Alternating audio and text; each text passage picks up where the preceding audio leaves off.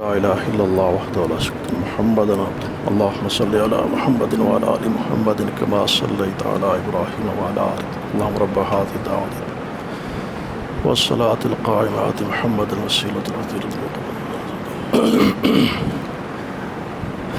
الحمد للہ نحمده ونستعینه ونستغفره ونؤمن به ونتوکل علیہ ونعوذ باللہ من شرور انفسنا ومن سیئات اعمالنا من يهده الله فلا مضل له ومن يضلل فلا هادي له ونشهد ان لا اله الا الله وحده لا شريك له ونشهد ان محمدا عبده ورسوله صلى الله عليه وسلم اما بعد فان خير الحديث كتاب الله وخير الهدي هدي محمد صلى الله عليه وسلم وشر الأمور محدثاتها وكل محدثة بدعة وكل بدعة ضلالة وكل ضلالة في النار. أعوذ بالله السميع العليم من الشيطان الرجيم من نفخه ونفثه وحمزه بسم الله الرحمن الرحيم.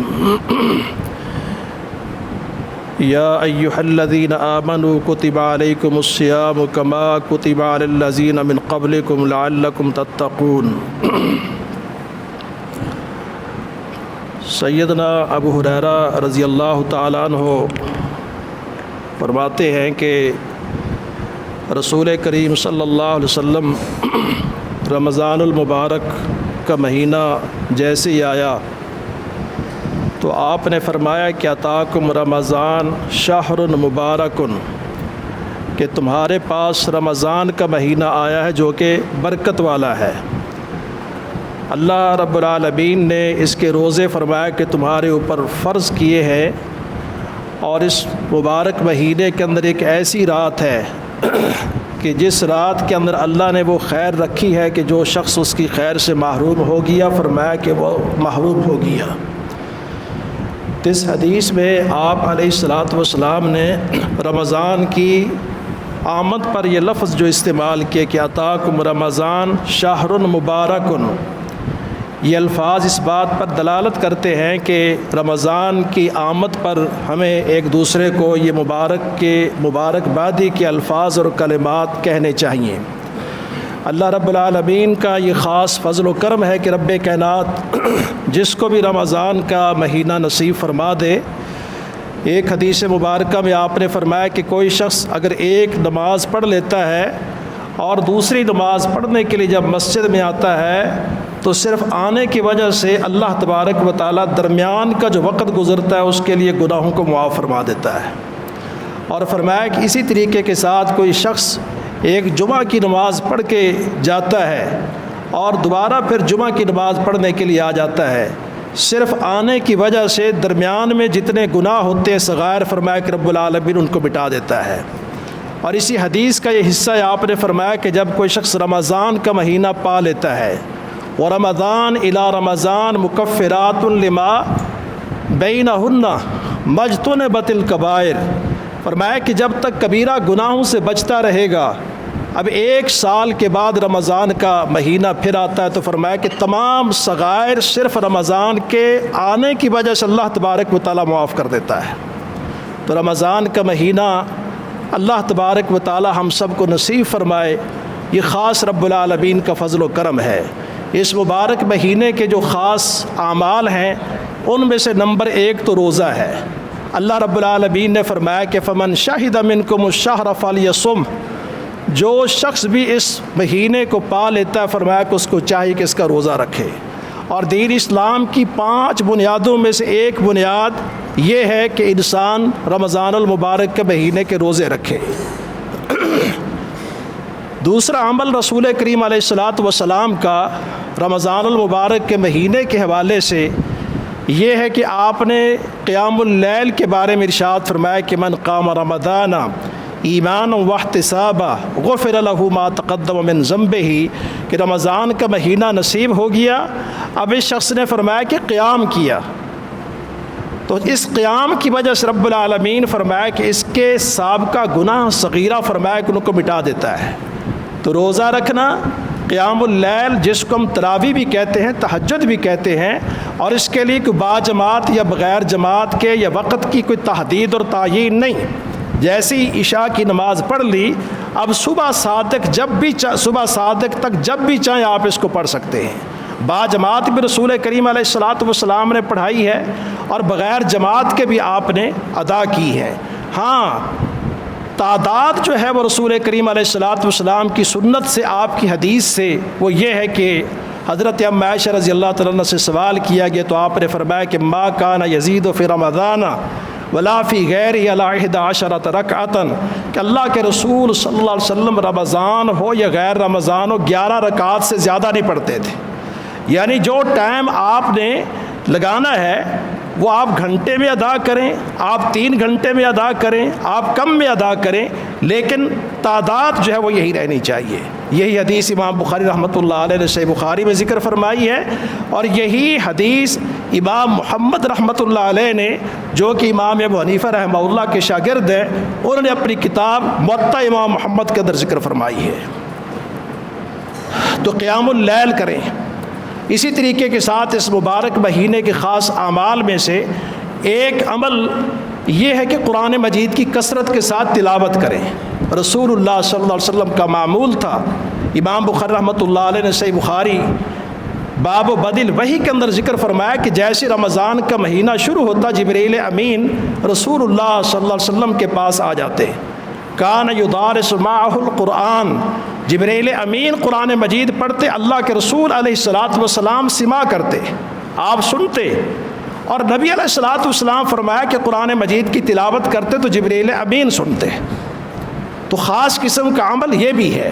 اسی طریقے کے ساتھ خاص قسم کے اعمال میں سے ایک عمل یہ بھی ہے کہ اس مبارک مہینے کے اندر اگر کسی کو اعتکاف کی سعادت نصیب ہو جائے، اور یاد رکھو اعتکاف فرض نہیں، واجب ہے، بلکہ واجب نہیں سنت ہے، اور اس کے لیے مسجد کا ہونا ضروری ہے۔ اگر مسجد کے اندر موقع مل گیا تو ٹھیک ہے، اگر مسجد کے اندر موقع نہیں ملتا تو گھروں کے اندر اعتکاف نہ عورت کا ہوتا ہے نہ مرد کا ہوتا ہے۔ جیسے بیت اللہ شریف کا طواف وہ گھر میں نہیں ہوتا، مسجد میں نہیں ہوتا، کسی دوسری جگہ پر نہیں ہوتا، بعین ہی اعتکاف صرف اور صرف مساجد کے اندر ہے۔ اگر مساجد میں کسی کو موقع مل جاتا ہے تو ٹھیک ہے، اگر نہیں ملتا تو گھروں کے اندر قرآن پاک کی تلاوت، قیام اللیل اور ان چیزوں کے اندر مشغول ہو کر اس وقت کو گزارا جائے۔ چند مسائل کے حوالے سے ایک مسئلہ یہ ہے کہ نیت ہر عبادت سے پہلے فرض ہے۔ انما الاعمال بالنیات، اور نیت کسے کہتے ہیں؟ النیت عزم القلب، انسان کے دل کا پختہ عہد اور ارادہ، اس کو نیت کہا جاتا ہے۔ اور نیت صرف دل سے ہوتی ہے، زبان سے عمل ہوتا ہے۔ تو نیت کا ہونا پہلے سے ضروری ہے۔ جیسے رمضان کا مہینہ آ رہا ہے، ہر بندے کے دل کے اندر یہ پروگرام ہے کہ میں نے سحری بھی کرنی، افطاری بھی کرنی ہے، قیام بھی کرنا ہے، روزے بھی رکھنے ہیں۔ یہ دل کے جو عزائم ہیں اسی کو نیت کہا جاتا ہے۔ اور فرض روزے کے لیے صبح صادق سے پہلے نیت کا ہونا ضروری ہے۔ نفلی روزے کے لیے صبح صادق ہو گئی، کچھ کھایا نہیں، کچھ پیا نہیں، آپ اس کے 2 گھنٹے بعد 3 گھنٹے بعد بھی نیت کرنا چاہیں تو نفل روزے کی نیت کر سکتے ہیں، لیکن فرض روزے کے لیے صبح صادق سے پہلے نیت ہونا ضروری ہے۔ دوسرا مسئلہ سحری کا ہے۔ نبی علیہ الصلاۃ والسلام فرماتے ہیں کہ اہل کتاب اور ہمارے روزے کے درمیان جو ما بہل امتیاز اور فصل کرنے والی چیزیں، فرمایا کہ وہ سحری ہے۔ تسحروا فإن فی السحور برکہ، سحری کرو، فرمایا کہ اس کے اندر برکت ہے۔ اور سحری کب تک کریں؟ قرآن پاک نے اس بات کا ذکر فرمایا کلوا واشربوا حتی یتبین لکم الخیط الابیض من الخیط الاسود من الفجر ثم اتموا الصیام الی اللیل، فرمایا کہ سفید دھاری جب سیاہ دھاری سے ظاہر ہو جائے، کھانا پینا تم بند کر دو، اس سے پہلے تم کھا سکتے ہو۔ یعنی جیسے صبح صادق کا ٹائم ہو گیا، اب آپ کے لیے کھانا پینا حرام ہے، اس سے پہلے آپ کھا لیں۔ ہاں، اگر آپ کے ہاتھ کے اندر کوئی پینے کی چیز ہے، فرض کرو پانی ہے، اور ادھر ٹائم ہوا ہی چاہتا ہے، آپ فوراً اس پانی کو اپنے پیٹ کے اندر اتار لیں، مگر نہ اس کو بھی چھوڑ دیں۔ یہ جو ایک حدیث میں آتا ہے کہ آپ کے ہاتھ کے اندر کھانے پینے کی کچھ چیز ہے اور ادھر ٹائم ہو گیا ہے تو آپ اس کو کھاتے رہو. کھاتے رہنے کا یہ مطلب نہیں, پیتے رہنے کا یہ مطلب نہیں ہے کہ اذان ہوتی رہا آپ کھاتے پیتے رہے. قرآن پاک نے اس کا وقت متعین کر دیا. جب صبح صادق ہو گئی, سفید دھاری ظاہر ہو گئی, اب کھانا پینا حرام ہے. اور کب تک؟ ثم اتموا الصیام الی اللیل, جب رات ہو جائے گی, جیسے ہی سورج غروب ہوگا اب اس کے بعد کیا آپ نے افطار کر دینا ہے. تو نیت کا ہونا, سحری کا ہونا اور اس کے بعد افطاری, یہ وہ چند ایک مسائل ہیں جن کو خاص طور پر سمجھنے کی ضرورت ہے. افطاری کے بارے میں سنت طریقہ یہ ہے کہ آپ کھجور استعمال کریں اور کھجور کے ساتھ ساتھ پانی استعمال کریں. نبی علیہ الصلوۃ والسلام تر و تازہ کھجوریں, وہ میسر نہیں ہوتے تو خشک کھجوریں اور اوپر سے پانی پی لیا کرتے تھے. یہ سنت طریقہ ہے. اور اس کے ساتھ ساتھ سحری کے لیے اگر کوئی شخص جاگ نہیں سکا, آنکھ نہیں کھل سکی, بیدار نہیں ہو سکا, نیت تھی کہ میں نے روزہ رکھنا ہے, اب کیا کرے گا؟ اب اس نے روزہ رکھ لینا ہے.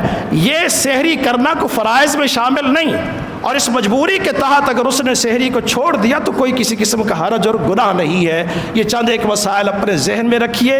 ان فارغ اوقات کے اندر ہم ان اوقات کو غنیمت سمجھیں, زیادہ سے زیادہ قرآن پاک کی تلاوت اور روزہ جو کہ فرض ہے, اور اسی طریقے کے ساتھ قیام اللیل, اور اس کے ساتھ ساتھ دعائیں. الدعاء والعبادہ, رسول کریم علیہ الصلوۃ والسلام فرماتے کہ دعا عبادت ہے. کثرت کے ساتھ دعائیں کریں. اللہ تبارک و تعالی ہمیں یہ رمضان نصیب فرمائے, اور جو ہمارے بزرگان بھائی, چھوٹے بڑے, خواتین حضرات دنیا سے جاگ چکے, رب العالمین ان کی مغفرت فرمائے, اور ہمارے لیے بھی اس مبارک مہینے کی آمد کو اللہ تبارک و تعالی خیر و برکت کا ذریعہ بنائے. اور اللہ رب العالمین پوری دنیا کے مسلمان اور بالخصوص سرزمین عرب اور اس ملک پاکستان کی حفاظت فرمائے, اور جو بھی کفار یہود و ہنود کے ناپاک قسم کے مکر اور عزائم ہیں, رب العالمین ان کو انہیں کے اوپر پلٹا دے.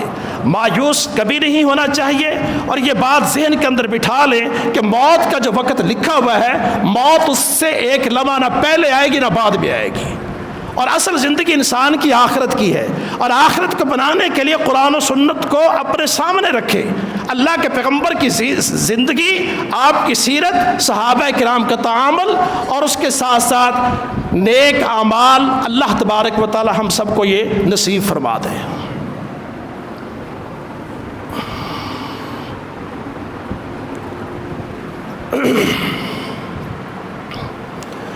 الحمد للہ نحمدہ ونستعینہ ونستغفرہ ونؤمن بہ ونتوکل علیہ ونعوذ باللہ من شرور انفسنا ومن سیئات اعمالنا من یہدہ اللہ فلا مضل لہ ومن یضلل فلا ہادی لہ ونشهد ان لا الہ الا اللہ وحدہ لا شریک لہ ونشهد ان محمدا عبدہ ورسولہ صلی اللہ علیہ وسلم. اما بعد فإن خیر الحدیث کتاب اللہ وخیر الحدی حدی محمد صلی اللہ علیہ وسلم وشر الامور محدثاتها وكل محدثة بدعة وكل بدعة ضلالة وكل ضلالة في النار. اعوذ باللہ من الشیطان الرجیم. بسم اللہ الرحمن الرحیم. ربنا اغفر لنا ولاخواننا الذين سبقونا بالایمان ولا تجعل في قلوبنا غلا للذين آمنوا ربنا إنك رؤوف رحيم.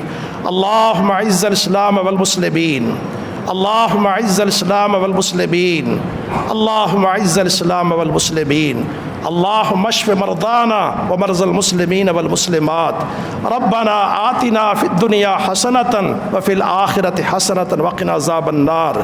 اللهم من أحييته منا فأحيه الإسلام ومن توفيته منا فتوفى الإيمان. سبحان ربك رب العزة عما يصفون وسلام على المرسلين والحمد لله رب العالمين.